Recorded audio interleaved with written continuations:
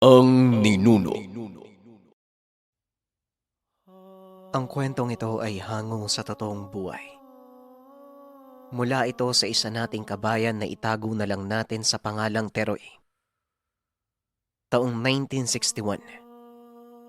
Panggalaykayan, Bindoy. Napapatanong na lang si Teroy sa sarili. Napansin niya na kahit sa kabila ng edad ng kapatid ng lola, napakabilis pa rin kumilos ni Lolo Rogelio. Halos mag-iisang daang taong gulang. Ngunit kaya pa rin itong magtrabaho na tila hindi alintana ang katandaan. Nangangahoy, nag-uuma, at kung ano-ano pang mabibigat na gawain. Sa katunayan, hindi ito naging sagabal sa mga anak kahit hindi siya alagaan at suportahan. Tumatanggi ang matanda na kesyo kaya niyang alagaan at pakainin ang sarili. Kung ano man ang ibibigay sa kanya, doon na lang ito ituon sa nabuong pamilya. Nag-iisa na lang si Lolo Rogelio sa tahanan. Hindi umaasa sa kahit anong tulong. Walang sinasandalan maliban na lang sa sarili. Mariing sinabi ng matanda na wag na siyang isipin. Dahil kung tutuusin, mas malakas pa siya ngayon kaysa noong kabataan. Wag na din siyang kaawaan dahil hindi naman kailangan. Ito ang labis na ikinakamanghan ng pamilya ni Teroy. Kapitbahay lang nila ang matanda kaya alam niya ang gawain nito. Paminsan, mapagbiro at pilyo din si Lolo Rogelio at hindi nagpapahuli sa uso. Kung ano ang bago, sumasakay ang matanda. Medyo malakas sa babae at palaging nakaporma. Tila bagets na napadpad lang sa lugar, lalo na kapag nakakatabi ang kabataan. Napakaangas ding umasta. Makatawag pansin ng matanda, kaya nagtataka ang ilan lalo na sa hindi nakakakilala kay Lolo Rogelio. 12 gulang pa lamang si Teroy ng mga sandaling ito. Unti-unti niyang napapagtanto na meron talagang kakaiba sa lolo. Napatanong siya sa mga magulang kung ano nga ba ang sekreto nito. Si Tio? Ganito yan anak nung buhay pa ang lola mo. Nasabi niya sa akin na yung kapatid niyang si Rogelio, meron niyang anting-anting. Bukod pa dyan, hindi talaga lumad na taga rito yan. Nadestino lang sa kagubatan ng Tanhay. Maagang nagretiro, nakabili ng lupa dito sa atin. Wika ni Tatay Jojo. Dagdag pa nito, si Lola Poring mismo ang nagmungkahi na doon na lamang ito manirahan para kahit papano ay magkita sila araw-araw. Lalo na't dalawa lang silang magkapatid. Hanggang sa naging manggagamot si Lolo Rogelio. Madalas wala na sa tahanan, kaya inakala ng ilang taga roon na espiya ito ng militar kahit maagang nagretiro bilang kafku. Paano ba naman? Bigla itong nawawala at babalik na lamang pagkalipas ng ilang araw. Maging ang pamilya ay hindi alam kung saan siya nagpupunta. Hindi naman ito nagpapaalam. Makikita sa umaga, ngunit biglang nawawala ng walang pasabi. Nung una, nag-aalala ang pamilya pero nung tumagal, nasanay na lang dahil maayos naman ang lagay kapag bumabalik. Basta anak, misteryoso yan si Tatay Rogelio Ewan ko ba kapag tinatanong ko naman, laging iniiba yung usapan. Minsan naman pabiro ang sagot. Mahirap paniwalaan ang pagpapaliwanag. Wika ni Tatay Jojo. Ganun po ba, tay? Kung sa bagay, tinatanong ko din siya pero ang pilyo ng lolo. Nakikipagkamay lang habang nakatawa. Nakikipagbanggaan pa nga ng balikat. Nag-aalala ako baka bumigay yung katawan niya. Pero malakas talaga, tay. Wika ni Teroy. Mula nang magkaroon ng malalim na pag-unawa ang bata, lalo na sa mga narinig niya sa ama, nais niyang alamin ang lihim na tinatago ni Lolo Rogelio. Isang umaga, nakita niya ang matanda na bihis na bihis. Nakaangat at makintabang buhok, nakakulduroy na pantalon, nakadamit na kasing kapal ng kapote. Nang mga sandaling iyon ay bitbit ng matanda ang baston na mukhang ugat ng kahoy. Ngunit nakahulma na tila pinagduktong na buto ng ahas. Si Teroy naman, nakatingin sa beranda ng tahanan, nakaharap lamang ng bahay ni Lolo Rogelio. Ang gara ng datingan, Lo ah. Saan punta natin? Kintab pa ng sapatos, oh. Wika ni Teroy. Pista sa dumulog dong. Makikipiesta lang. Sasaglit na rin ako sa libo dahil may bibisitang kaibigan. Tugon ni Lolo Rogelio. Bibisita daw na kaibigan. Ang sabihin mo, Lo, mangbababae ka na naman? Tugon ni Teroy. Hindi ah. May pupuntahan lang ako na importante. Tumatanda na ako eh. Ikaw ba? Gusto mong sumama? Magbihis ka, dalihan mo. Wala naman dyan ang mga magulang mo, hindi ba? Wika ni Lolo Rogelio. Sa pagkakataong ito, hindi nagdalawang isip si Teroy. Kagad siyang tumango at sinabing sasama siya. Nais talagang makifiesta ni Teroy. Dagdag na lamang dahil si Lolo Rogelio ang kasama. Bukod pa dyan, pagkakataon nito ni Teroy upang malaman ang sekreto ng matanda. Matapos makapagbihis, kagad nang tumakbo si Teroy palabas ng tahanan at hinabol si Lolo Rogelio na papunta na sa kalsada. Naglakad silang dalawa dahil napakabihira pa ng sasakyan ng mga panong ito at kung meron man ay laging punuan. Hapon na nang makarating sila sa lugar. Ayon kay Teroy, matapos makifiesta ay pupunta na nila ang kaibigan ng matanda. Nang mga sandaling ito, duda talaga si Teroy na babae ang sadya ni Lolo Rogelio. Ang buong akala niya ay malapit ang pupuntahan. Ngunit napansin niya na papunta sila sa bukid at wala na masyadong kabayan. Malawak ang palayan habang sa unahan naman, may burol na sobrang sukal.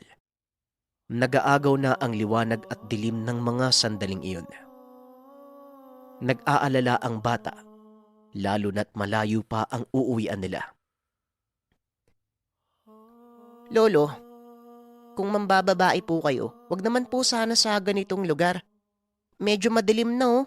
Wala pang ilaw dito. Wika ni Teroy. Abutin talaga tayo ng gabi. O bakit? Natatakot ka ba? Huwag kang mag-alala. Hanggat kasama mo ko, hindi ka dapat matakot. Kapag may nagbiro sa'yo, makakatikim talaga sa akin. At saka, nasabihan ko na yung kapitbahay kanina. Sinabi kong kasama kita. Baka mag-alala ang magulang mo eh. Malaki ang tiwala nun sa akin kaya kumalma ka lang iho. Kasama mo ang gwapo mong lolo. Tugon ni Lolo Rogelio. Hindi naman nag-aalala si Teroy na baka pagalitan ng mga magulang. Madalas siya sa tahanan nito at minsan doon pa natutulog. Mas kinakabahan siya dahil baka kung anong mangyari sa matanda. Maya-maya pa, kumabig sila ng lakad sa gilid ng burol. Madilim na. Nagkalat ang mga puno ng saging sa burol. Habang sa kabilang banda naman, malalim ang pilapil at kung hindi mag-iingat sa paglalakad, siguradong malalaglag at lulubog sa putik na tila kumunoy. Teka, nakalimutan ko yata kung saan yung bahay ng kaibigan ko ah. Eh, nako, ang laki na ng pinagbago dito. Ay, oo nga pala doon sa unahan. Ayun o, nakikita mo ba, Dok? Kasamaan ko yan sa CAFGO noon, si Carlos. Total, kasama ka naman eh. Siguradong napapanahon na para malaman mo ang sekreto ko. Ang sekreto ko, Apo, kung bakit ako guwapo. Wika ni Lolo Rogelio. Lolo naman oh. Akala ko pa naman sasabihin mo na. Palagi na lang nagbibiro. Kaya ang hirap niyo pong paniwalaan eh. Habang papalapit sa tahanan, nakita niya na may matandang lalaking lumabas ng tahanan. Tumingin sa kanilang direksyon at kinawayan sila. Ganun na lang ang pagtataka ng bata. Tila alam ng matandang lumabas na darating si Lolo Rogelio. Nakangiti. Aray ko naman. Malalaglag ata ang baga ko, ba? Hindi ko inaasahan ang pagdating mo, Rogelio. O sige, dito ang daan. Huwag banda dyan baka makagat kayo ng aso. Wika ni Tandang Carlos. Tansya ng bata.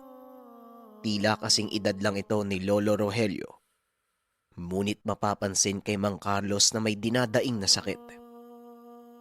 Pero nakakapagtaka na sobrang linaw ng mga mata. Ayon kay Teroy, madilim na ng mga sandaling iyon. Ngunit malinaw pa rin sila nitong nakikita. Walang kupas ang lakas mo, Carlos. Hanggang ngayon nakakamangha ka. Malayo pa lang, alam mo na kung sino ang paparating. Ay salamat, akala ko pa naman. Niligaw mo kami ng daan. Magaling ka pa naman dyan. Madalas mong ginagawa sa akin yan noon. Kung saan-saan na lang ako nakakarating . Diba, Carlos? Teka, oy, Dong Teroy, huwag kang dadaan dyan, may aso. Mukhang bagong panganak. Makakagat ka. Dito, sumunod ka sa akin. Wika ni Lolo Rogelio. Hanggang sa makapasok na sila sa bakuran. May kalakihan ng tahanan ni Mang Carlos. Isang palapag lang ito at may beranda na gawa sa pawid. May ibang taong nakasilip sa bintana. Isang lalaki na makisig ang pangangatawan. Mukhang apo o hindi kaya naman anak ni Carlos. Inutusan pa ito ng matanda na ipaghanda sila ng makakain. Ngunit umiling si Lolo Rogelio at sinabing kakagaling lang nila sa piyesta. Ayon kay Carlos, gusto niya sanang makipiesta, kaso hinayaan na lamang niya ang mga kamag-anak. Nahihirapan na siyang kumilos dala ng katandaan. Pwede dyan sa upuan, matibay yan. Apa, ikuha mo nga kami ng isang galong bakal. Pasensya ka na, Rogelio. Naubos na yung tinitinda kong sariwang tuba. Bahal na lang ang natira . Ayos lang ba yun sa'yo? Tanong ni Mang Carlos. Nako, masusubukan mo na naman yung tatag ko sa pag-inom. Bueno, kahit suka na yan, iinumin ko pa rin. Eto ang sekreto ko, Dong. Teroy, alak! Tugon ni Lolo Rogelio. Sa puntong ito, napakamot na lang ng ulo si Teroy. Bagaman mali siya ng hinala, hindi babae ang pinunta ng lolo. Nadismaya ang bata dahil inom lang ang sadya ni Lolo Rogelio. Pagkatapos maiabot ng apo ni Carlos ang mga galon ng bahal, kaagad nagsalita ng inomang dalawa. Bagot na si Teroy. Ngunit kahit papano natutuwa naman siya sa kwentuhan ng dalawang matanda. Ngunit maya-maya lang, naging seryoso ang usapan. Nga pala, ano bang sadya mo dito, Rogelio? Alam ko namang hindi ka pupunta ng walang dahilan. Kilala kita. Kapag lumapit ka sa akin, alam kong meron kang kinakaharap na problema. Wika ni Mang Carlos. Tama ka naman. Hindi talaga ako pupunta dito kung hindi importante. Kahit hindi ko nararamdaman ang katandaan, minsan naiisip ko, baka hindi na ako magtatagal. Alam mo na, yung pakiramdam na baka bukas patay ka na. Humihina na ang pisikal kong katawan. Ramdam ko na si kamatayan, Carlos. Iba talaga ang binibigay ng mga tangan, ano? Ay, nakakamanga. Tugon ni Lolo Rogelio. Nakikita ko naman, totoo ang lahat ng yan. Malakas pa rin pero inaanay na ang katawan. Hindi may pagkakaila na pareho tayo eh. Hindi naman natin maiiwasan si kamatayan. Hindi pwedeng manatili tayo sa lupa ng habang buhay. Pandaraya na yun sa mata ng Diyos. Siguro pwede. Kung yung lakas mo galing kay Satanas, malaya ka at immortal. Wika namang Carlos. Sa pagkakataong ito, maiging pinakinggan ni Teroy ang pag-uusap ng dalawa. Alam niya na meron siyang matutuklasan sa pagkatao ni Lolo Rogelio, lalo na sa mga binibitawang salita na ngayon pa lamang narinig ni Teroy. Alam mo, sa totoo lang, ayokong ipasa sa mga anak ko o kahit kaninong kamag-anak ang tangan ko eh. Natatakot ako sa sasapitin nila. Naiisip kong baka mas malala pa sa atin eh. Hayaan ko na lang ang pamilya ko na magkaroon ng normal na buhay. Wika ni Lolo Rogelio. Yan ba ang problema mo kaya ka nandito? Nako, wag Rogelio. Dapat may pagbigyan ka. Aray, ayan na naman. Sumasakit na naman ang likod ko. Hayaan mong may maging legasiya ka. Yan ang magsisilbing alaala mo eh. Bakit hindi mo sila turuan ng kalaban nang makaiwas sila sa panganib? Ayaw mo nun. Mananatiling buhay ang alamat ni Rogelio sa kamay ng kaanak mo. Pumili ka kung sino ang karapat-dapat. Wika namang Carlos. Dito nabati ang atensyon ni Teroy. Tila nasabik siya sa pinag-uusapan ng dalawa. Mawalang galang na po, Lolo Rogelio. Nakakabagot mag-antay dito. At saka parang hindi ko naman maintindihan yung pinag-uusapan nyo. Alam ko naman po na meron kang tinatago. At saka wag po kayo mag-alala, hindi ko naman po ipagsasabi eh. Ako lang po yung makakaalam. Saka aray ko naman, ang dami naman pong lamok dito. Wika ni Teroy. Aba, nakakatawa tong apo mo ah. Ikaw talaga, Rogelio. Sa sobrang pag-iingat, hindi mo na namamalayan. Nahihirapan na mga kaanak mo sa kakaisip sa'yo. Siguro sakit ka sa ulo ng pamilya mo, ano? Ako matagal ko nang sinabi. Maliliit pa lang ang mga anak ko, alam na nila kung sino ko. Ayokong nag-aalala sila eh. Pero teka, nakakamangha yung lakas ng kuryosidad ng batang to ah. At saka mukhang matapang. Tignan mo yung mga mata oh. Hindi mo ba napansin napaka-agresibo? Matalino tong batang to. Alam mo dong, itong lolo mo, alamat sa Kafgo eh. Marami ang napatumbang rebelde. Mabilis at malakas kahit walang sandata. Oh, Rogelio, huwag kang sumimangot dyan. Mas magaan ang pakiramdam kapag nagsasabi ng katotohanan. Para mapanatag ka. Apo mo naman yan eh. At kailangan din nilang malaman kung anong lihim sa pagkatao mo. Palibasa, ayaw mong katakutan ka ng mga tao eh. Wika namang Carlos. Ay nako, Carlos. Ang aga mong tinamaan ng alak. Kinikindatan pa naman kita kanina. Hindi mo napansin. Alam mo namang may kasama ako eh. Ayan, wala na. Para mo na akong hinubaran. Huwag kang maniniwala sa sinasabi ng matandang ito ha. Hindi totoo yon, Teroy. Wika ni Rogelio. Lolo, alam ko namang pong totoo yan. Naniniwala po ako kay Tandang Carlos. Marami po kayong lihim. Pinag-uusapan na nga po kayo ng pamilya eh. Tama po si Tandang Carlos. Sakit po kayo sa ulo. Ayaw niyo pong magpaalaga kahit matanda na po kayo. Nag-aalala po kami. Baka wala kang makain, walang makasama, lahat ng anak mo may sariling pamilya na. Muling wika ni Teroy. Sa pagkakataong ito, napakamot na lang ng ulo si Lolo Rogelio at panay ang pag-iling. Naku, itong batang ito, oo. Ayan tuloy lumakas yung kuryosidad. Alam mo ba, Carlos, kahit pilyo yung batang yan, gustong gusto ko itong si Teroy. Apo to ng kapatid kong si Puring. Pero lahat ng mga kamag-anak namin, kahit sa loob ng pamilya ko, sa batang ito ko nakikita ang sarili ko. Kaya nga natutuwa ako kapag nasa bahay yan eh. Wika ni Lolo Rogelio. Natutuwa daw, hindi naman eh. Palagi nyo nga po akong niloloko.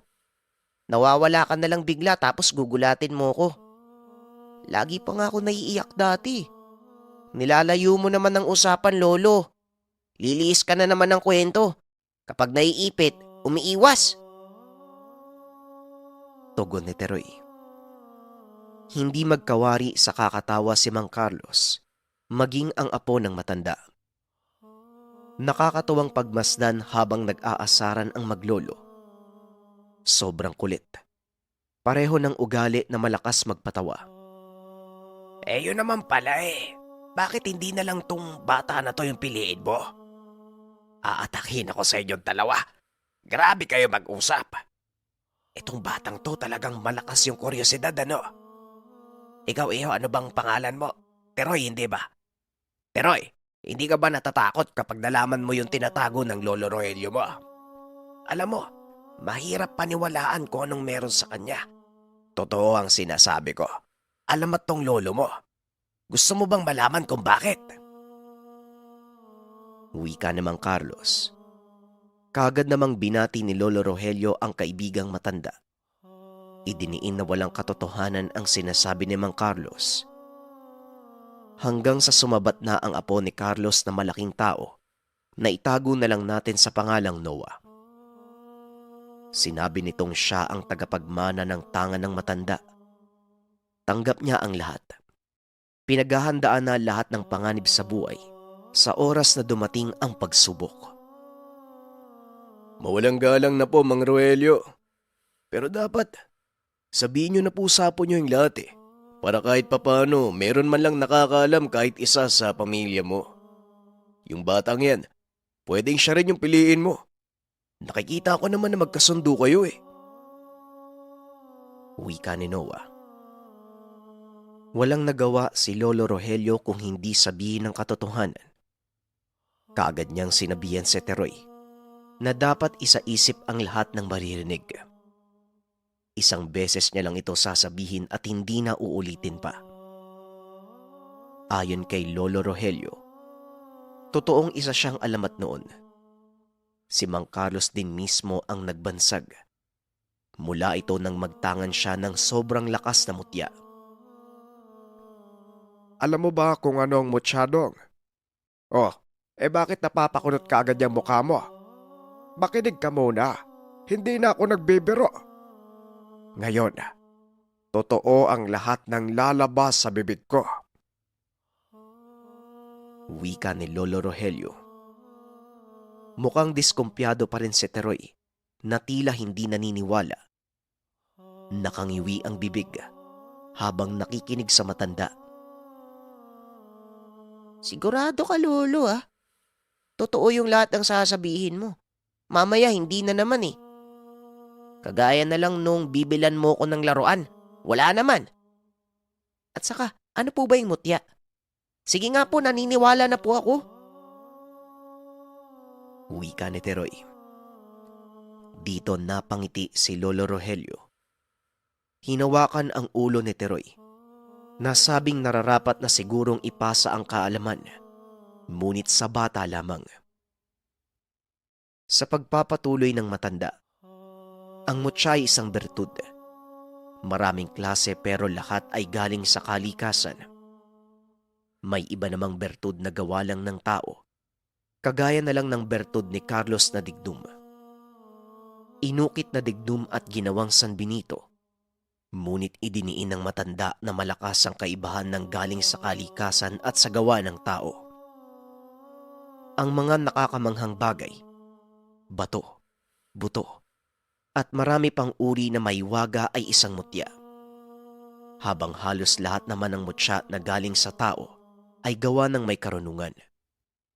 Ngunit may pagkakaiba din ang karunungan, lalo na kung saan nanggagaling at kung sino ang gumawa. Mga kataga na sadyang buhay na salita at kapag nabanggit ay sobrang delikado. Sumasabay dito ang presensya na kung sino man ang sinasamba, mula sa kadiliman o mula sa liwanag. Ang mga kataga sa Biblia, matatawag ding karunungan na maaaring gamitin bilang sandata, pero may likas na kataga na mas malakas ang bisa. Ang orasyong Latin, dahil ang mga katagang ito ay mensaheng naiintindihan talaga ng mga masasamang elemento.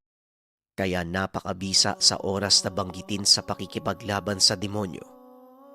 Meron ding mga kataga na mula sa mga sugo, kagaya na lang ng Atardar, Metatron, Aklat ng 7 Arkanghel, Alpha Omega, Aklat ng San Benito, Sator, at marami pang iba. Dagdag pa ng matanda, higit sa lahat ay meron ding lokal na tawag na Bisaya na pamaba. Bagaman hindi literal na Latin pero pinaghalo-halo na ang iba't ibang karunungan, mga lingwahe na sobrang makamandag, lalo na kapag ginamit bilang tigalpo, bakod, poder, pamparusa at marami pang iba. Ito ay ang mga nakasanayan ng karaniwang tao, lalo na sa mga nakatira sa bansang Pilipinas. Karamihan nasa kabisayaan at mga tagong lugar. Ito ang gamit ni Lolo Rogelio, ang pamaba.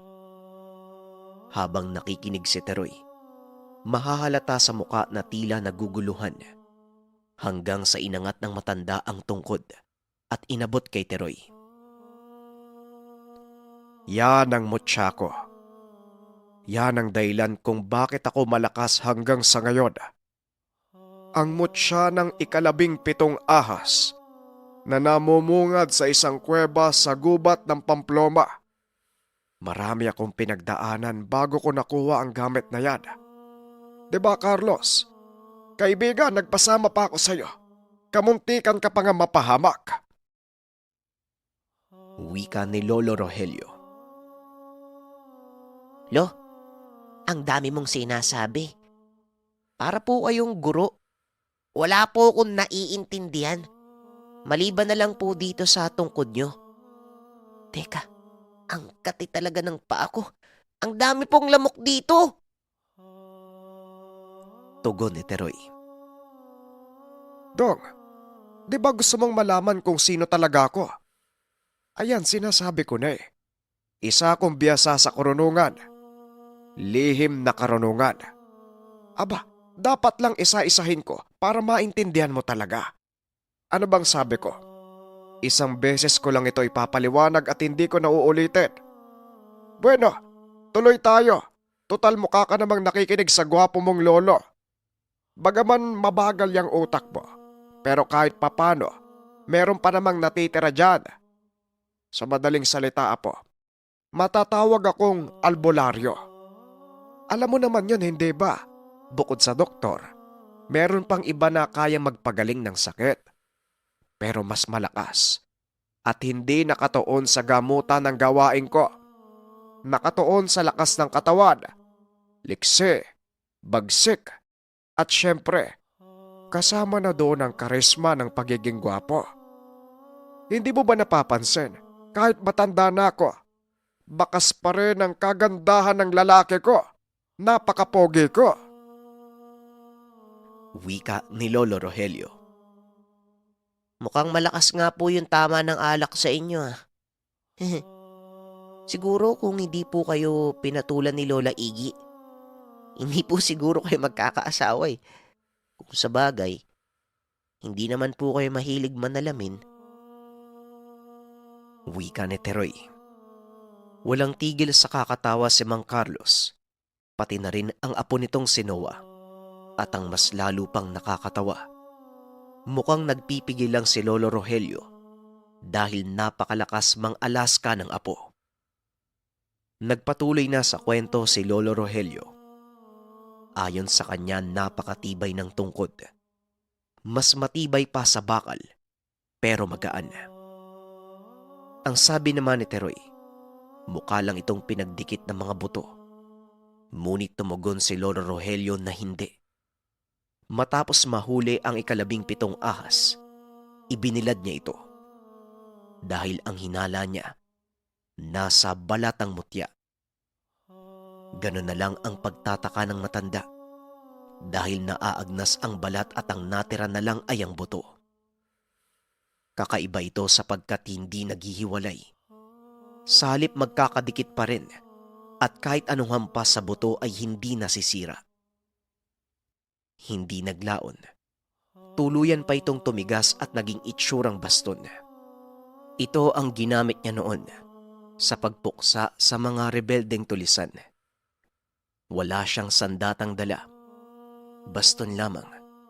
Ngunit hindi siya kayang matapatan ng mga rebelde. Kahit pa may malakas din itong tangan, kayang-kaya niyang talunin. Maliban pa dyan, habang nasa gubat ang mga Kafgu, hindi may iwasan na may ibang makakalaban bukod sa rebelde. Hindi tao, kung hindi aswang at marami ng beses nilang nakarap. Tama. At si Rogelio lang ang pumatay sa mga aswang. Wala nang iba. Hanggang nood lang kami. Yung ibang kasama namin nagtatakbuhan. Tapos yung iba naman nagpapaputok ng baril. Pero kahit isa sa kanila hindi nakakatama sa mga aswang eh. Pero si Rogelio, mano-mano lang, walang sandata. Hanggang sa hindi namin namalayan, bigla na lang may atungal. Pagtingin namin, aba, nakapatay na ng aswang si Rogelio. Hindi lang isa, 3. Tama ba, kaibigan?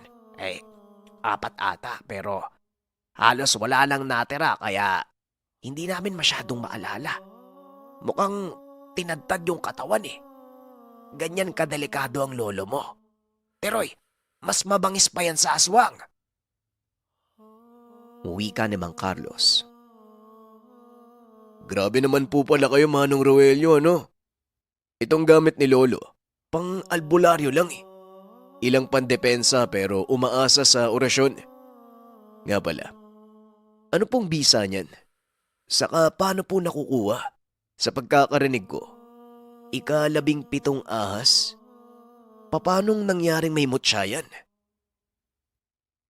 Tanong ni Noah. Napailing si Lolo Rogelio.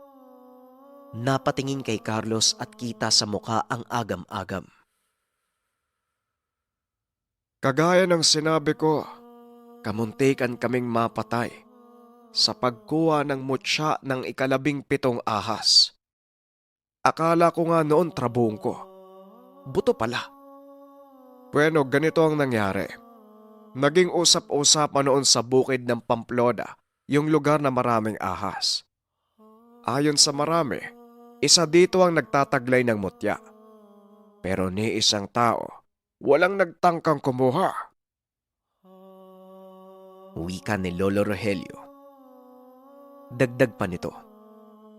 Nang subukan nilang puntahan ng lugar, akala nila madali lang ang papasukin. Kaso nasa gilid pala ito ng pangpang na sobrang sukal. May yungib at doon napatras ang dalawa dahil hindi pala karaniwang ahas ang namumungad. Isang uri ng kobra na kung tawagin ay banakun. Ito ay isa sa pinakamakamandag na uri ng kobra. Maliban pa dyan, pinoprotektahan ng ahas na ito ang teritoryo. Sa oras na may makita ang ahas na may pumasok sa lugar, hindi ito magdadalawang isip na habulin at tuklawin ang kahit sino. Kaya lumabas sila ng yungib. Doon din nila napagtanto na kaya pala walang nagtangka na kumuha sa mutya. Isa pang dahilan, lampas 20 ang ahas. Hindi nila alam kung alin sa mga ito ang nagtatanga ng mutya. Maliban pa dyan, hindi pangkaraniwan ang laki ng mga banakon. Tila sawa ang laki. Hindi may pagkakaila na ang mga ahas na ito ay maaaring may bantay na engkanto. Ngunit dahil sa kagustuhan na makuha ang bertud, matyaga nilang minatyagan ang bawat galaw ng mga ahas. Hanggang sa nakita nila na lumalabas ito sa dapit hapon. At ang ipinagtataka ng dalawa, magkakasunod na tila tren. Gumagapang papunta sa batis at umiinom ng tubig. Tinandaan nila ang oras. Kaya binantayan nila ito maghapon. Doon din nila nalaman ang saktong bilang. 24 ang lahat ng mga ahas. Noong lumabas na ang lahat sa yungib, dito na sila nagkaroon ng pagkakataon na pasukin ng kuweba. Inaakala nilang nagluwa ng trabungko ang isa sa mga ito at baka nasa loob ng yungib. Pero wala. Mga balat na nagkalat sa loob at walang trabungko. Kagad naman silang lumabas dahil baka abutan ng mga banakon. Dismayado si Lolo Rogelio. Bagaman masasabing may kababalaghan ng lugar, ngunit tila hindi totoo ang haka-hakang may mutya. Gusto sanang itigil na lang ni Lolo Rogelio ang pagkuha. Ngunit dahil na rin sa pangungumbinse at pagbabakasakali ni Mang Carlos, napilitan si Lolo Rogelio. Sinabi ng kaibigan na may mutya talaga sa lugar dahil nararamdaman niya ito. Kahit nawawala ng pag-asa, hindi pa rin siya tumigil na bumalik araw-araw. Tutal malapit lang ito sa kampo nilang mga kafgu. Hanggang isang hapon. Paglabas ng mga ahas ay dito nila napansin ang 17. Nagliliwanag ang mga mata at nag-iiba ang kulay. Nanlaki ang mga mata ni Mang Carlos at Lolo Rogelio. Kagad sinabi ni Mang Carlos na ito ay indikasyon na doon manggagaling ang mutya. Sa madaling salita, ito ang nagtatanga ng bertud sa lugar na iyon. Pero ang tanong, paano nila ito makukuha? Dahil kapag nabulabog ang mga ahas, magpupulasan ang mga ahas at sabay-sabay na susugod sa kanila. Kaya nag-isip sila ng paraan. Hindi naman pwedeng barilin dahil sa oras na mangyari ito, ayon kay Mang Carlos ay bubungad sa kanila ang bantay na lamang lupa at siguradong mapapahamak din sila. Kaya naman minatyagan nilang maigi ang kaibigang ahas hanggang sa nakita nila itong hindi umiinom ng tubig sa batis. Sa halip, lumihis ng daan, napunta sa napakalaking puno ng madre cacao. Napabitaw ng mabigat na salita si Carlos. Ang sabi nito, nakikisama lang ito sa ibang ahas, pero sa puno talaga nakatira at hindi sa yungib. Hindi din bumabalik agad. Sa halip nananatili muna ng ilang oras sa puno na tila nag-aantay ng makakain. Nang magkaroon ng pagkakataon, paglis nito ng daan, binagat nilang dalawa ni Lolo Rogelio. Tinubunan ng tela ang ulo at dinakma sabay silid sa sako. Pagkatapos nun, kumaripas na ng takbo ng walang lingon-lingon. Dahil sa oras na huminto sila, maaaring patayin sila ng lamang lupa na nagmamay-ari sa ahas. Yun na nga ang nangyari. Kabi-kabila ang kaluskusan at halatang may nakasunod sa kanila. Nakakakilabot na huni, bungis-ngisan at hilik ng kabayo ang narinig nila sa lugar. Hanggang sa naipit sa masukal na kakawyan ang dalawa. Dito bumungad sa kanila ang 3 tikbalang na ubod ng laki. Nanlilisik ang mga mata at makikita sa muka ang galit. Habang si Mang Carlos naman, dahil may tiwala sa sariling kaalaman, sinubukan niyang tigalpuin ang isa sa mga tikbalang. Ngunit mas nagalit lang ang tikbalang at sabay na sumugod sa kanila. Sa sobrang sukal na lugar, hindi nila magawang makatakbo ng mabilis. Kaya naabutan sila at dito kamuntikang mamatay si Mang Carlos. Pinagsisipa ng tikbalang si Mang Carlos. Mabuti na lamang may ilog.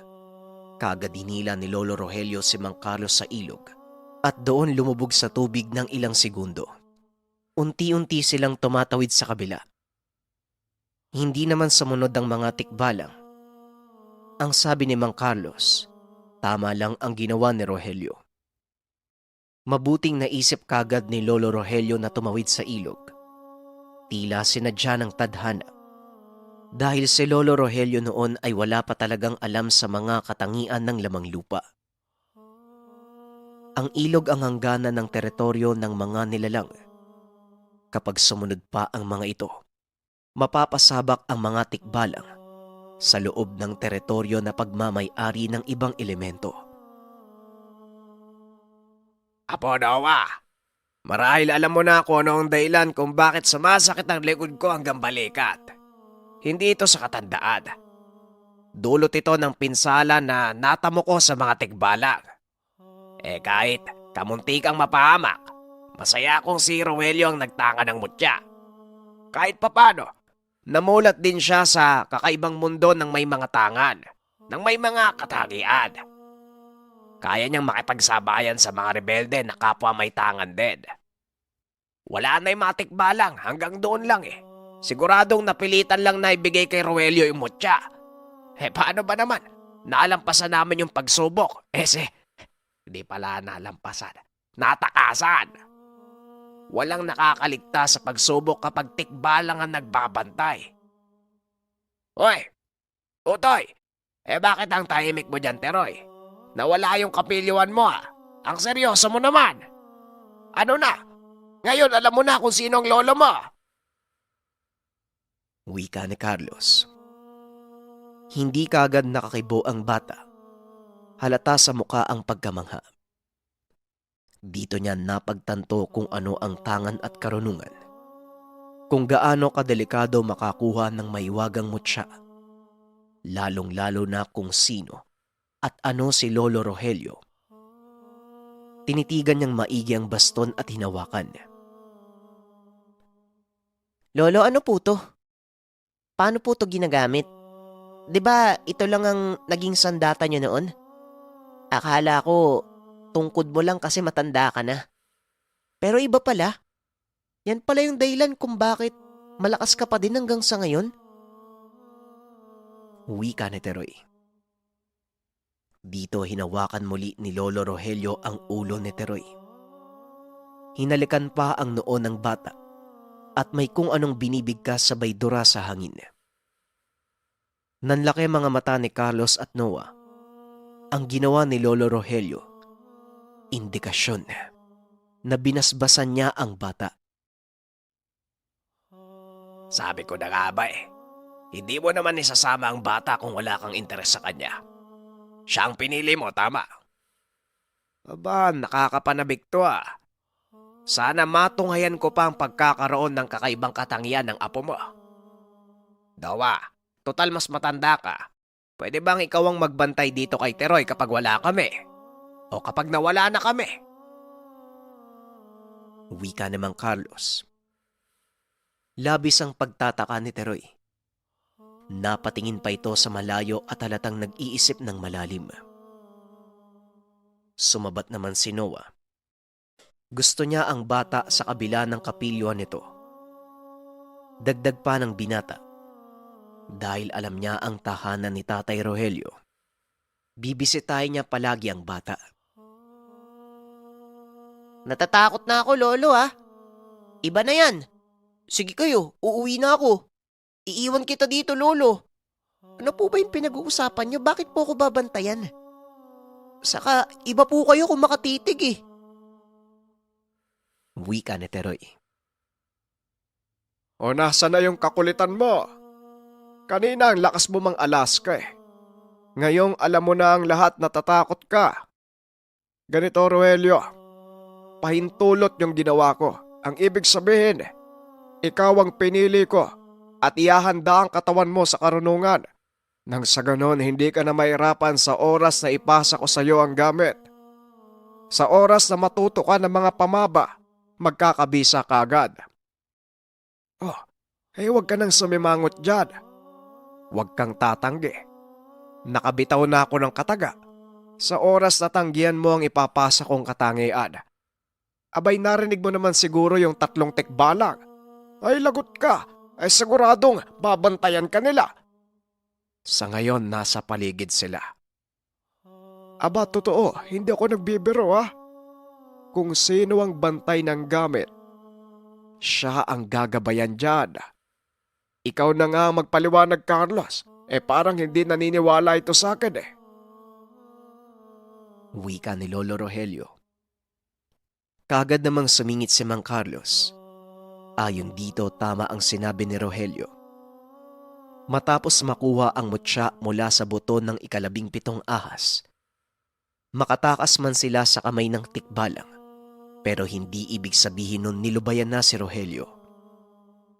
Hindi nakakalagpas ang mga tikbalang kapag usaping teritoryo. Hanggang doon lang sila sa pagsubok. Kapag nakaligtas ka sa kamay ng nilalang, ibig sabihin binigay na nito ang pahintulot upang makuha ang gamit. At kung sino man ang bantay, siya ang magiging gabay sa gamit at makikiisa sa katawan na nagtatanga ng mutya. Dito naging malaya ang mga tikbalang kung saan pupunta. Wala nang usaping teritoryo dahil kaanib nila ang tao at malakas ito kapag tikbalang ang gabay. At kapag nakapili ang may-ari ng mutya na susunod sa tangan, babantayan ito ng tikbalang. Kapag tumanggi, hindi magdadalawang isip ang tikbalang nagulpi ng tao hanggang sa mamatay. Kawalan ito ng respeto batay sa mga pag-unawa ng mga gabay na elemento. Oh, kailangan ko pa bang ipaliwanag uli ng mas maging malinaw sa inyo? Ikaw kasi, yang kakulitan mo at lakas mong mga Alaska, yan tuloy ang sinapit mo ngayon. Pero Dong, ang totoo, ikaw talaga ang gusto ko noon pa. Natatakot lang ako dahil ayaw kong maranasan ng kaanak ko ang naranasan ko. Kahit hanggang ngayon nga, patuloy pa rin akong sinusubok. Wika ni Lolo Rogelio. Sa pagpapatuloy ng matanda, kaya siya nawawala ng biglaan. Indikasyon ito na may nangangailangan ng tulong. Kapag nakaramdam siya ng taong nasa peligro, kahit nasaan basta malapit sa kanya, kaagad itong pinupuntahan. Kadalasan napapasabak si Lolo Rogelio sa laban na kinakasangkutan ng masasamang tao, tulisan at mangkukulam. May iilang ding ginagambala ng aswang, bati ng mga elemento. Lahat ng ito ay nasusupil ni Lolo Rogelio sa tulong ng mutya mula sa buto ng 17 ahas. O bakit hindi ka nagsasalita? Abay, magiging tagapagligtas ka na. Pero dapat manatiling lihim ang pagkatao mo. Kahit gaano pa kalapit o kahit magulang mo pa, maging kapamilya mo balang araw, wag na wag mong sasabihin kung anong meron sa'yo. Basta, walang mangyayaring masama hanggat nasa kamay mo ang baston. Ang tanong ko sa'yo, Teroy, tatanggapin mo ba ang responsibilidad? Wika ng matanda. Pinipigilan namang Carlos at Noah ang pagtawa. Hindi mapakali si Teroy. Malikot ang mga mata habang pinagpapawisan ang noo. Balisa ang itsura na tila tatakbo na anumang oras. Ba naman to si Lolo? Ano pa po bang magagawa ko? Di tatanggapin ko na lang po kahit labag sa kalooban ko. Ikaw kaya yung takutin. At saka, para po kasing, ang sakit po kaya manipa ng kabayo. Maraming salamat sa pakikinig ng ating kwento, mga kabayan. Simpleng katanungan, upload na ba natin ang next episode? Kung anong opinion nyo, comment nyo lang dyan sa baba. Maraming salamat. Ang ninuno. Ang ninuno.